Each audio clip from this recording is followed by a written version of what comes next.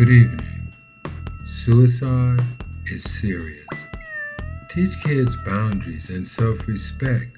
Listen closely, love deeply, and remind them they matter every single day. Our title tonight, Divorce, Death, and Suicide, told by Les Franklin.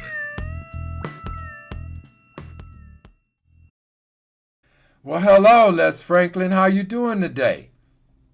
I'm doing all right now that I'm talking to you. Oh, listen at you. Cut it out. But thank you, sir. Sir, we're here today to talk about raising children. And I believe it was like a single father raising children. Yes. And and that's kind of the whole gist of what I get about what we're going to be talking about. So, if I may, can you kind of start off and give us a little background of like where you came from, where you're at here now in Colorado, and then get into the children and, some of the things that you went through raising them alone? Uh, I came from Colorado Springs and lived most of my life between Colorado Springs and California. But when I got to Colorado, I went into college here in the University of Northern Colorado in Greeley, and then when I finished it there, I was went right into the Air Force as a young second lieutenant. I stayed in the Air Force for several years and came out and started working for the IBM Corporation. I met my first wife, and I was with her for probably 7, 8 years until I learned that she was being unfaithful to me. As a result of that, I ended up divorced from her. But by that time, I had two children. I had a 12-year-old and a 6-year-old. Both of the children stayed with me, and I began to raise them here in Denver. What I want to talk to you about, I noticed you mentioned that you was in the Air Force. And Hmm. I just wanted to tell you, my father was in the Air Force as well. And his name was William Parson, and he was down at the Finance Center that used to be down on York Street. So I I'm know. I'm a Air Force brat too, if you would. So you have the two children, Yes. 12 and 6. Yes. When I was by myself with him, and that's when I moved into an apartment. And then ultimately, after the divorce was settled, the children lived with me. And I was working for the IBM Corporation at that time, and I got transferred back to Connecticut. And while I was in Connecticut, I had an aunt, my mother's older sister, and my mother was already deceased. But my mother's sister had a young lady that was 8 years old that she was taking care of, which was her brother's daughter that he had had out of wedlock. And I looked out the window one day in Stamford, Connecticut, and there my aunt was in the car with her niece, and I ended up taking care of her niece. My aunt, who was a senior at the time, Fannie Mae Duncan was her name, but in the car was Renee's father and a cousin that I'd never met, a 19-year-old boy who I still have a relationship. His name was Kenny Bonner. All of those folks stayed with me for a while. I paid for my uncle to fly back to Colorado Springs, and then I ended up having Kenny there with me for 18 months. My aunt Fannie Mae Duncan and my cousin Renee, along with my two sons.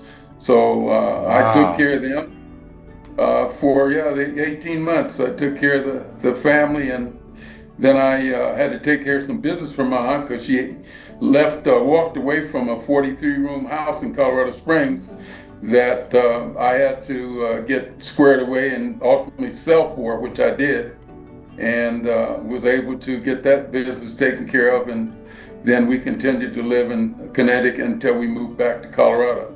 So when you were in Connecticut, what I'm understanding, you had like 4 children. Yes, I had a 19-year-old cousin, a 8-year-old young girl that was also my cousin, and my two sons who were 6 and 12. and you're Renee just was and you were a young man yourself. I was probably at that time probably about 28. Yeah, that's a young man to me. I didn't really understand, and this is the truth. I really didn't start understanding things till I was about 30, 32. I mean, when Mhm. something shifted in my thinking. So at 28, that's a large responsibility. I was actually 28 when I got married, so Okay, I was probably more like 32. still young to me. That's still a lot. Four kids, not kids. You had a man, a young man, then you had young men coming up, and then a little girl. That's a little hard to juggle. I happen to have two daughters, and daughters are a lot different than the little boy. To me, That's great. to me. Okay, sir. How did you kind of migrate and get the family back to Colorado Springs or Denver, Colorado? I got him back to Denver, Colorado, and it was as a result of when I left the IBM plant in Boulder, Colorado, which I was a fourth line manager at that time. They started having some problems with employees in Boulder, with the morale. And I'd always had a very good reputation in dealing with employees and having high morale whenever they took the tests and did the opinion surveys. So the chairman of the board of IBM, Frank Carey, he sent me back to Boulder, and at that time he made me a fifth level manager. So I had four levels of management that were beneath me and seven guys that reported directly to me. And I was responsible for the IBM Boulder plant, which had a total of 5,000 people. I came back to Denver and I bought a lot close to a school where my kids could go to the elementary school, middle school, and elementary. My youngest was going to the elementary. My oldest boy was going to the middle school. So I had to build a house, moved my family back, and leased a house out in Aurora, and took care of my aunt. But before I got the house finished, my lease ran out, which was a year lease that I had leased from an engineer from Western Electric. Well, the 12 months ran out and the house wasn't complete yet. And my son and I moved in to a friend's house. Sam Townsend was his name, and there was only one bedroom in there that was available. So my son slept in the bed, and I slept on the floor. And I did that for 2 months until the house was completed. Master bedroom upstairs, and had two bedrooms downstairs for my sons, and I took the other, which what I call a master bedroom, across the hall from my aunt, and that's how we got started in Denver, Colorado. And I commuted to the IBM Boulder plant on Highway I-25 up to Highway 52. That's kind of the story of my moving around. My youngest was born in Culver City, California. Not only did I run the United Negro College Fund for 2 years, I also managed an actor by the name of John Amos, who became a very good friend. And when I moved back to Colorado and got reestablished here some years later. Let's pick up like when you were settled, when the house was built, when you finally were able to move into your home with the children. They're in school. They're without the mother. How did you juggle all of that, and how did you manage that as a single father? Oh, my aunt, she got her niece, Renee, into Kent Country Day, and through some contacts that she had. And my oldest boy went to TJ High School after he finished middle school, and his brother was able to go over to the middle school, which is right across the street from where we are. And that's why I moved in this area, because it made it pretty easy. The bus came right here and was able to take my oldest boy over to Thomas Jefferson High School, and I didn't have to worry about him. And I didn't have to worry about my youngest, because he could just walk across the street when he got to middle school after leaving home elementary school. So that was good for me, because I had to leave early in the morning and head up to Boulder, and my kids were here at home, and my aunt as well at the time. My aunt Frances moved here to Colorado, and I came home one day, and my aunt Frances was here from California, and I didn't know that she had Alzheimer's, and no one ever told me that either. And the next thing I know, that there was furniture stacked up in the great room to the ceiling. Renee's bedroom was full of furniture, and all three, my little cousin, both of my aunts, were all living in one room. The next thing I know, a few months later, I come home and the furniture in the house was all my aunt's furniture upstairs, except my boys' bedroom, which they had two water beds. I came home from work one day, and all of them had gone, and my aunt had used the money that my aunt Frances had. She had $165,000. That, but all I know is I came home and the house was empty except for my youngest son, who was downstairs in his room. At least that's where he stayed. And by this time, though, my oldest boy had graduated from high school. He was in college at Morehouse College in Atlanta.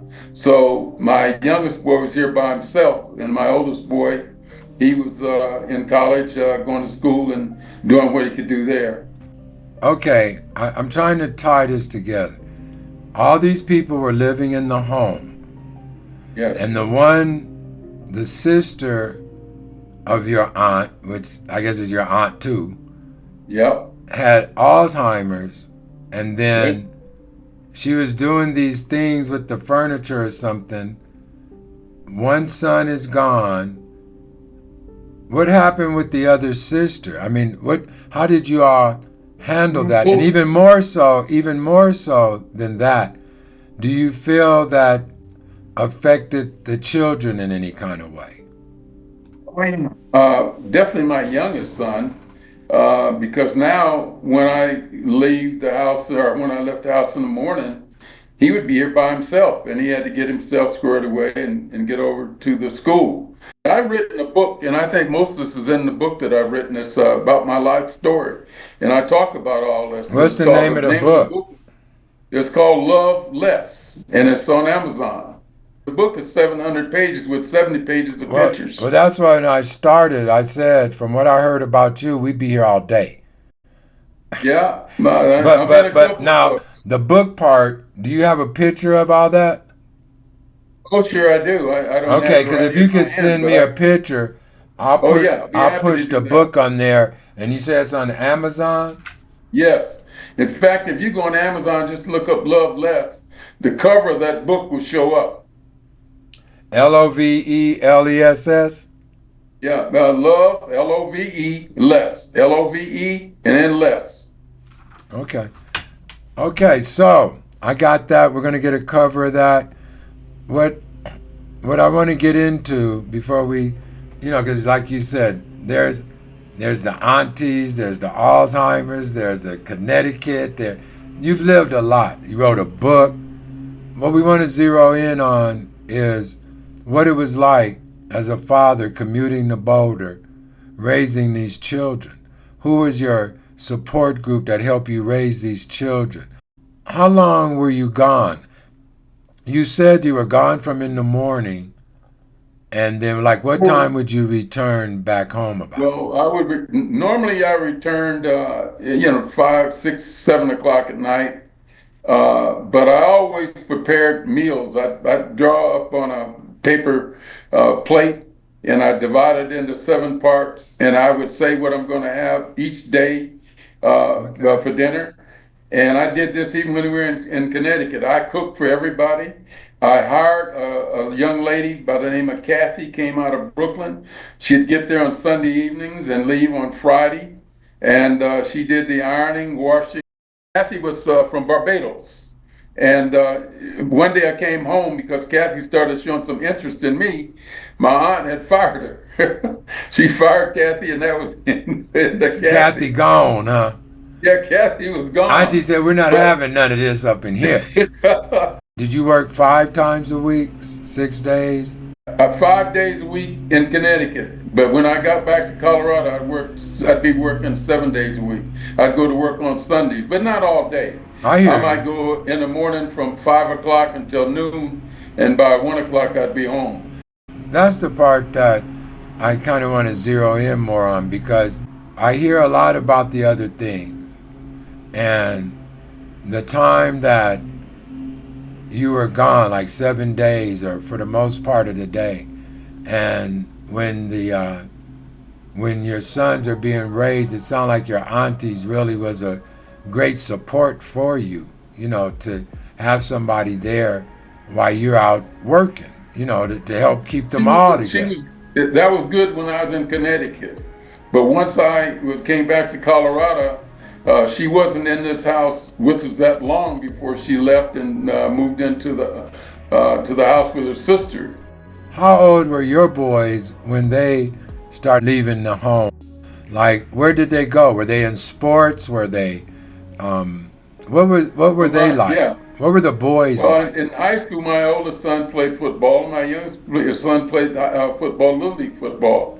So, at one point in time, I'd go to my oldest boy's little league game, and then we'd turn around and go over to his brother's little league game if they to a different park if they were at a different park. But many times, both teams are playing at the same park, and so one would finish, and then they both played in the same league. So but different age levels. So it was pretty easy for me to go to both and have my oldest boy support. In fact, my youngest and my oldest wore number 21 on their jersey. And my Okay, youngest wanted to be like his older brother. So even though he played on the line and his brother played back, he still wore number 21. okay. So they were athletic. They were in the school. Yep. Um, Both played football. They both both played played football. football. One thing I want to kind of zero in on, sir, when you were gone, who I heard you say the young child, he was in middle school, and he kind of get up and fend for himself in the morning. Always, yes. But he knew what to do because we would talk about Okay. clothing and made sure everything was laid out the way he needed it to get to school. And I never neglected either one of my boys. I was the dad that stayed. I didn't run around. I didn't go out. I didn't do the Friday night things. I was always home when I could be home. Amen. And the only thing that kept me away from home was my job. And I did that, and they understood that, and we had conversations about being in the house, and so I would call. But as he got older and became a teenager, even before he was in high school, I learned later, after my sons had passed away, that he used to sneak out the window out of his room, and I learned that from the neighbor boy who was sneaking out with. I never knew that. I Oh, found we that did out. that all the time. I learned that long after he had passed away. I did hear that. That's kind of how I want to frame this a lot in my mind. In other words, I know what happened, Hmm. and I really don't know how, Mr. Franklin, to even open that door.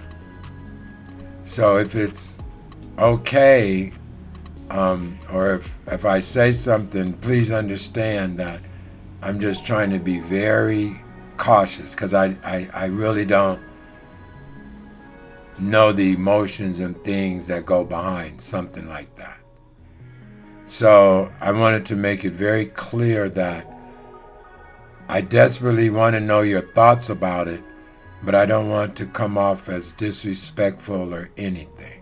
That's not a problem. I've been all over this country talking about suicide, youth suicide, and I created an organization, as you are aware, in his name. It's called the Shaka Franklin Foundation.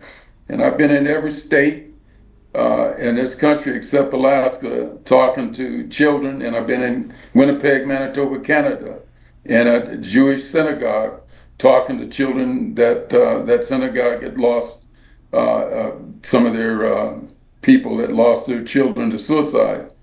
And we've done 12 national television shows early on right after Shaka died. In fact, Montel Williams knew and met Shaka before he had passed away and knew my oldest boy.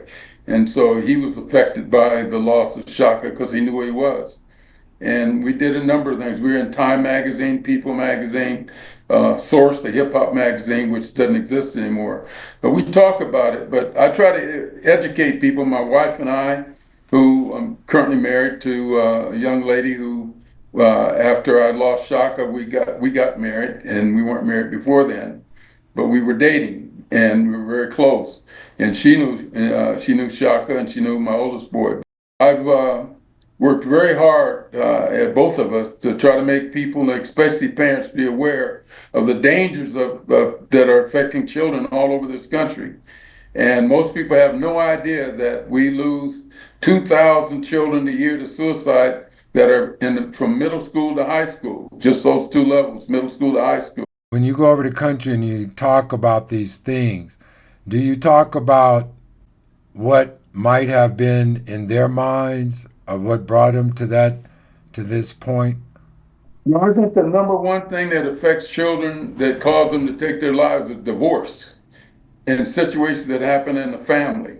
The other thing that I know that affects a lot of children, and primarily in the majority community, but it also happens in the Black community and other communities, is being abused, and especially girls raped by their fathers. I've had conversations with children who have been raped by their father multiple times and want to kill themselves, and in fact do ultimately. I've not talked to any that have done it. To my knowledge, we've never lost a child that we've had a chance to have a conversation with. But I even know it. Talked to a young lady at Cherry Creek High School. Her father raped her several times, and then all of a sudden, I stopped hearing from her. I had another young lady that I was speaking at a health class at Douglas County High School in Castle Rock. She came to me with her arms straight up, and I always have the teacher stand right next to me because I never want to be accused of something. These kids always want to be hugged. Girl had her hands up in the air. They all want to Yes. hug you. You Yeah, had she had some. razor blade slits in both of her armpits. And she was crying her heart out, and I said, "What's the matter, honey?" And she says, "My brother raped me." And when I told my mother said, "You should be lucky he loved you so much."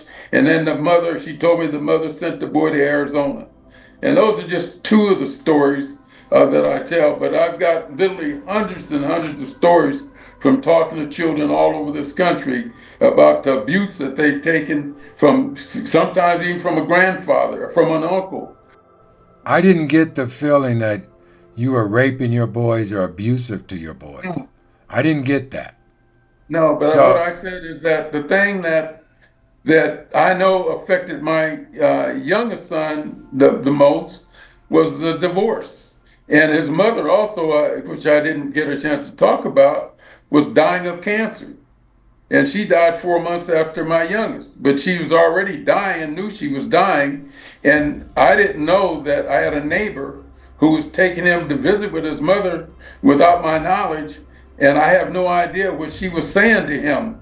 And whatever she said to him affected him strongly. And I believe that that's why he killed himself, because of what went on between him and his mother. you're kind of making me a little fearful myself because I was married. I got divorced. My son was 6, literally. That's why I'm listening to your story. And when he got older, he mentioned to me, he said, "I just want to die." And I just asked him one time why. And that's why it's getting me because he said because of the divorce. I mean, he's saying just what you're saying. And I thank God I didn't have to go no further with this. But with you, being that we're here, okay, we're talking about the younger son right now. Was that the one being taken to the mother? And Yes, the younger son, did he leave first? yes. What you will find is that if one child takes their life, it puts other children at risk. Let me give you an example. I was speaking at the Olympic Training Center in Colorado Springs to a group of coaches, and we were talking about suicide prevention. And because they deal with children that are going through all kinds of things as they're coaching these children.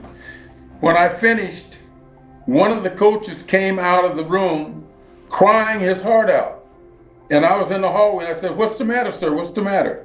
He says, "Mr. Franklin, I had 5 brothers and there were 6 of us.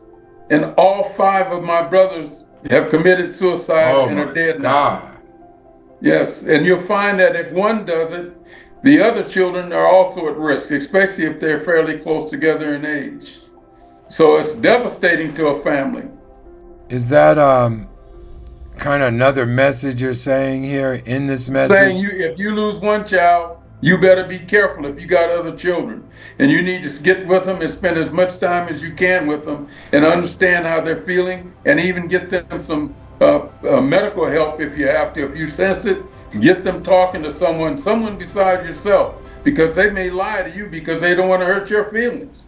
But they may be much more honest talking to a medical professional outside of the family.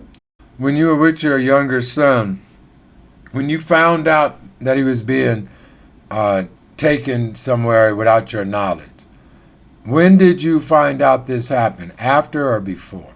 Probably 10 years after he was dead, maybe longer. Okay, so you had no clue. No clue. You feel that it was brought because of the divorce? Or do you feel there were other circumstances that kind of helped this along? The divorce and the fact that his mother was telling this young man, and I can only surmise this, that she's going to die. And so he died before her, 4 months before her. He killed himself 4 months before his mother died. Sherman Hamilton, he's now dead as well. And he also had a daughter that committed suicide with her boyfriend. Wait. Woo! Yeah. Woo! When you're out No. the house and you come in, do you feel, and I'm listening to you because you're right. You know, I have children, great grandchildren, all that too. And it's a thing of where sometimes these kids say things that really scare me. So what I'm getting at is your son and understanding that you're working in things, but did you have a clue? Did anything that you could share or say that maybe a person should be looking out for it? Sure, but the only thing my son knew was that we were divorced and she was having conversation with him about her, where she was in life. He knew and met her new husband because he was being taken to her house. I have no idea what kind of discussion she was having with him when my neighbor, who was a French lady and a hairdresser, was taking. And I didn't know. She told me, the hairdresser told me that she was taking Shaka over to his mother's house to visit. I had no clue, and she never told me. But do you She feel? told me years later. She But told me just in the last couple of years. but do you feel that your youngest son? Do you feel that there was something that we should look for as a parent? Is there anything that clued you? Did you have any warning? Did you have any thought? Did you feel he was depressed? What kind of clue or sign or something that? What I saw in my son is he was acting sullen. In the last day of his life that I saw him, I took him to school. I drove him to school. And when he got out of my car, I saw him walk to the side door with his hands down his side. He seemed dejected, he had his head down, and he was just walking. And in my mind, I kept saying, I need to call him back and tell him, just get in the car and stay with me today. And I said, to this day, I said, I wish I had done that, because I could see that he was very depressed and upset about something. I had no idea what he was upset about, but I could tell that he was very depressed and very upset about something, because he had both hands down beside, and he was walking like with his head down, and he was walking in a way I'd never seen him before. He wasn't up there walking with any kind of pep in his step and looking like he was happy and saying, "See you later, Dad." He didn't do that. Wasn't like that. Normally he would have hugged me, he would have kissed me on the cheek, he would have laughed, and he would have started trotting up to the door. He walked very sullen and dejected. And to this day, and I'll go to my grave saying I wished I had stopped him and said, Shaka, come here. You're not going to school today. You're going to hang out with me. And I could have easily had him. We could have just hung out in town or whatever, because I had that kind of clout with my job, and no one would have ever challenged me. But sir, you know, and I know, you weren't even expecting nothing like that. That's right. Did you, like the day before, the week before, was he starting to show? He was quiet. Yes. He starts. Do you know or have any idea why he was acting like that, or what made him be No, like no, that? none whatsoever. None whatsoever. So Because he was that always in his room. so that Stayed day, in his room. so that day when he walked in the house with his hands down to his side. No, he didn't walk into the house. He walked into the school. Oh, I and took him to school and he walked about, it was about a half a block to the door. I stopped and let him out of my car and he walked up to the door and sat there and watched him walk into the school. so where did this happen? That same day, he came home and found a pistol that was hidden in the bedroom and shot himself in the head and killed himself. He didn't die right away. He died in the hospital. And I had to tell the doctor that he was brain dead to unhook him. And I never stayed in the room with him. I called his mother. His mother came with her husband. They stayed in the room. He had gloves on his hands. They were trying to make sure that he was the one that shot. I know that's what they were doing, looking for gunpowder. I stayed in the hallway. There were two policemen out there, and a friend of mine. Actually, the friend was Odell Berry. I called him. He called. Odell played for the Broncos. He had played. He called a lot of guys that we knew, ex-Bronco guys, and they all came to the house. And my house was a crime scene, and they were checking the stuff in the house. And that happened twice in my home because my other boy killed himself in the garage. Wait. Yeah, my oldest son, 10 years later. 10 So, years later, my oldest son took his life. so the younger son went in the house, shot himself in the head, and He didn't die right away. but you did notice that he was I came home and found him on the floor beside his bed. I thought he had fallen off the bed until I looked down and saw the pistol between his legs. I called 911. They came and took him to the hospital. And I called a friend of mine, and he came. His name was Dave Butler, Damani Kamar, and he drove me to the hospital. And I called other friends, and so I kind of get things mixed up between both of them because I had two situations, both at my home. One became a crime scene. The other one, my boy was in the hospital and died in the hospital. that kind of scares me a little because Every I parent should be scared. yeah, I mean, because I'm listening to you, and I could say, well, I grew up like this, I grew up like that. Like you're saying, the girl was raped by her dad. This is something all the way different. This is something that you couldn't really. I'm sure if you could have grabbed a hold of him, you would have. Like you said, no job, nothing. But it didn't dawn on you. That's why I'm taking it in because, like you said, we're not aware, and we as parents really need to be aware of what our children are doing, how they're thinking, what they're feeling, and those little signs, like you were saying. Something inside you just say, "What's wrong with my baby? Look at the way he's looking." You never knew it was like that, though. Then 10 years later, can you kind of walk us through the older son? The oldest boy, he took his life 10 years later. He had three classes to go when his brother died at Morehouse College.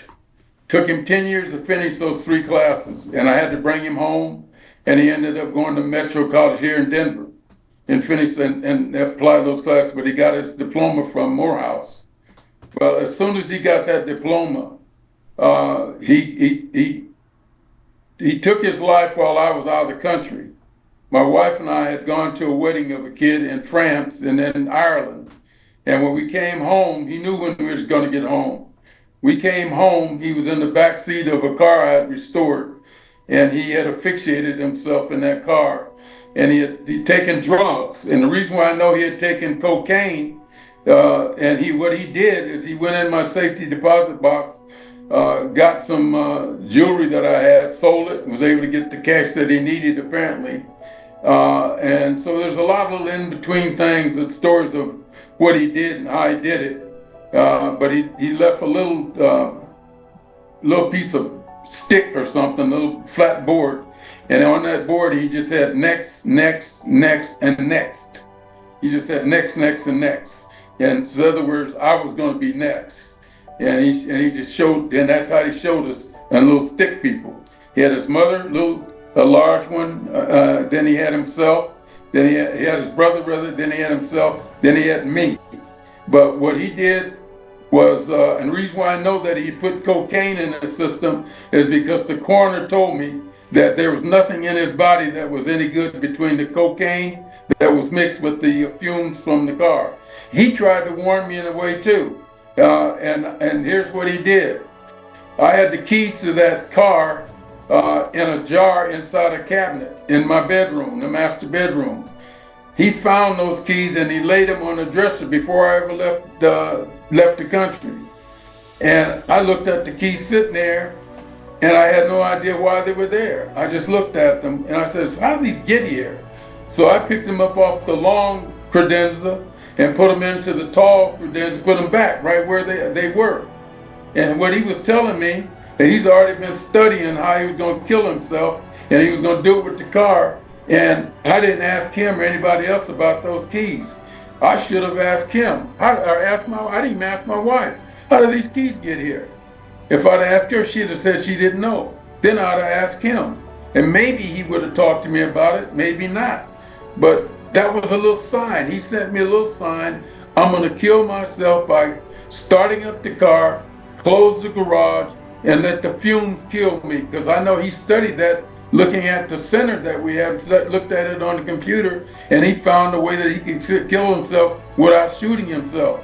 Because he knew his brother didn't die right away. Because when his brother was in the hospital, I called him in Morehouse, and I sent him the money, and he came home. His brother had just died by the time he got home. You know, his brother had been dead maybe a couple of days. Now, I don't even know how long, but I know my son showed up, came home. So the older son, the one that came back, he wasn't in the drugs, or he just did drugs on this occasion. I think that after his brother died, he got into drugs because he had a girlfriend that he met at community college at Denver, and I found out later this girl was a prostitute. He was staying with her, and I know that his next door neighbors were gangsters. And the other thing that I'll tell you is that I know they really liked my son. And the reason why I know that because when his services, when he died, one of them came to the house crying his heart out. And these guys don't tend to cry. Nice young man.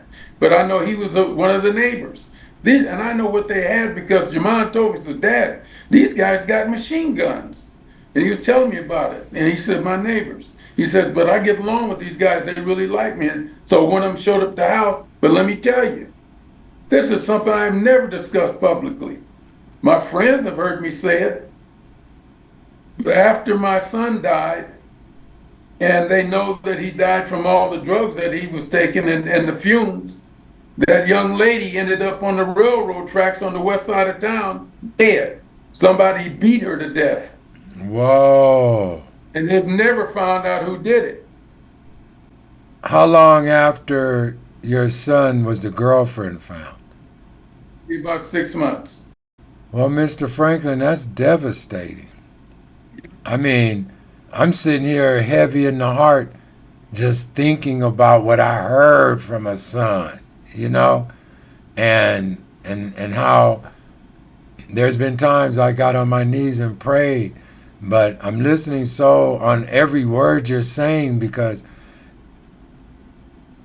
I don't think I would have a clue. I wouldn't even know how to process it. Like I've seen my children sometimes look a little down, you know, that you expect that in this world. But to understand that they're so down till they really don't feel that they want to live, that their life isn't worth anything. I mean, I just don't even know how you could take that. I mean, 1, 2, and then you have this foundation for it, and you go all over the world to talk about it. And I commend you because it's hurting me just hearing you talk about it. I knew a 9-year-old boy that killed himself the same week that my son did. I walked with that boy's father. And that boy had a younger brother. You know what he did? Kill The it. 9-year-old told his younger brother, I'm going to kill myself. I'm going to shoot myself, and then maybe you'll get more presents. He didn't even think he was going to die. Well, I walked with the father down the street that had lost that 9-year-old boy that made that statement. And the only reason no, he made the statement because his younger brother told his dad, and his dad told me.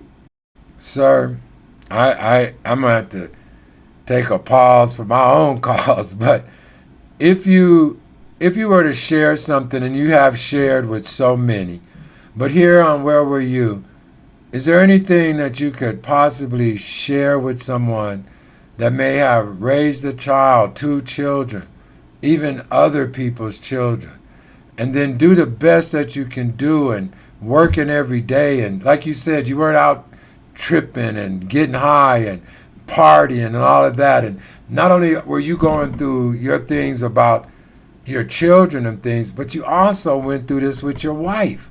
You it's like you had this. It's good you're here, but if there was something you could say, something that you could tell the audience about your situation, how to look out for it, what to look for, what we can do as parents, what would you tell us? I'll say spend as much time as you can, and you talk to your children, ask them. And if you're going to chastise a child about anything, you need to sit down with them and tell them why, and talk to them just like you're talking to a young adult. I don't care what age they are. You talk to them. You spend time with them, and you let them know if something happened to them, it would devastate you, and it would cause you probably to put your own life at risk. It's something you tell them. Because let me tell you, when I talk to kids in schools and I talk to them about suicide, I tell them, if you really hate your parents, you hate them to the core, if you hate them, then taking your life is the number one thing that would tear your parents up. And I'll tell you, I've never ever heard of a child saying that they will take their life. We've never lost a child that we know that we've talked to anywhere in this country when we've had these conversations with them. But I'll tell you, if people are not having those conversations and putting it right out there, straight, point blank, that if you hurt yourself, it could even cause your brother or your sister, if there are other brothers and sisters, to take their lives. Do you hate your brother? Do you hate your sister? Do you hate your mother? Do you hate your dad? Because if you hate any of them and you do something to yourself like that, you put them at great risk. Well, And I'll tell you, those are the kind of things that people do not teach their kids and help them understand that they can say. And I'll tell you the other thing. Many children are being brutalized by different relatives. And when they are, and it's especially in the case of fathers raping their daughters, mothers go along with it.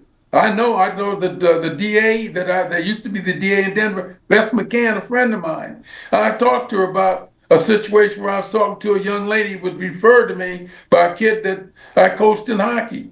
He says, I have a neighborhood friend. She's not my girlfriend. She's but she's a friend. She talking about killing herself. He told me what was going on. She never told me. He says her father's raping her. He says, I want you to call her. He gave me a number. I called her twice. She didn't call me back. I called him right away. He called her, then she called me. I talked to that young lady till about 3 o'clock in the morning. Then another time she called me about 2 or 3 o'clock in the morning after he had raped her again. And I'll tell you what, I just disgusts me. And I know why, but it still disgusts me. Mothers know that their husbands do this stuff and they get the information, but the reason why they don't tell, and the DA has a special victims unit where they prosecute, and the Denver police has a special victims unit where they prosecute, but people don't use it. And the mothers don't call in to report their husbands because why? The husband's making the house payment, he's paying the car payments, he's paying for the groceries, and he's paying for the kid that might be in college or in school and buying all the clothes. Most of them are housewives where this stuff happens.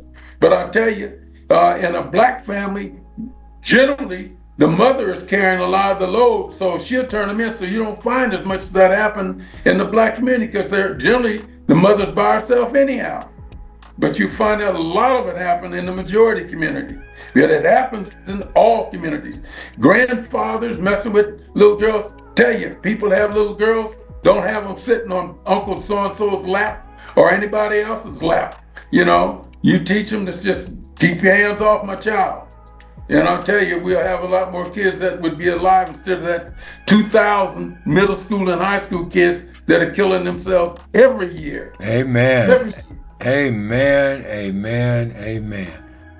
Mr. Franklin, we could be here all day. I mean, you might have to come back and give me another little shot at something else because you have already introduced a lot of things. But this is a very, very serious subject. I'm glad that you took the time to just tell us a little bit about your situation and things. And one thing before we go, and this is something that I want you to just really, if you can, articulate it. Out of these circumstances, what did it do to you? In addition to being devastated by the loss, because I love my boys. Amen. Being devastated by that, it made me, motivated me to do everything I could to help other families and to do what we do as a nonprofit organization. People don't understand suicide, like you were saying. It's more around us than we're really paying attention to. And a lot of times people get in situations like that, they don't want to think about it. They don't really want to talk about it because it's a painful thing. And today you shared that story with us. And sir, I want to thank you for that. And I just want to keep the door open for if there's anything else that we can come together to talk about sometime, that we do it. I'll say this last thing to you. Yes, sir. I had a friend that had a young man come by door to door and ask could he cut his grass or clean up around his house. He's a father that had raised a son by himself for a while until he got remarried. He said, this little young man, he said, he's the nicest kid you want to meet. He's 14 years old. And so he let him work and he paid him. And I said, well, could you give him my number? He did. The kid called me, and it's called me on I think it was on a Saturday, late afternoon, like 5 or 6 o'clock. I said, come on over, and whenever you want to, you can come. I think this is like on a Thursday or Friday. I said, you can come Friday, Saturday, Sunday, Monday, whenever you want to come. So I'd love to have you come over here. I need some things trimmed and cleaned up around in front of my house. So he called me, and he said, I'll be over. And he came over. He cleaned up, did the work, but it was late in the afternoon. He said he was tired when I went out. He came for me to tell he was finished. He said, I'm really tired. I said, well, why are you doing this? He says, my mother and father divorced. He said, I got a scholarship to this private school. It costs $40,000 a year, and I paid. It's a black kid. He says, my mother, but we got a $20,000 scholarship, and he says, my mother has to pay the other 20. And I asked him, where's your dad? He said, they're divorced. And so I said, okay. He says, I'm trying to help my mother. I said, that's great. So after he did his work and he didn't like what he did, I says, okay, how much do I owe you? He says, sir, I didn't do the job. And by this time, it's almost 9 o'clock at night.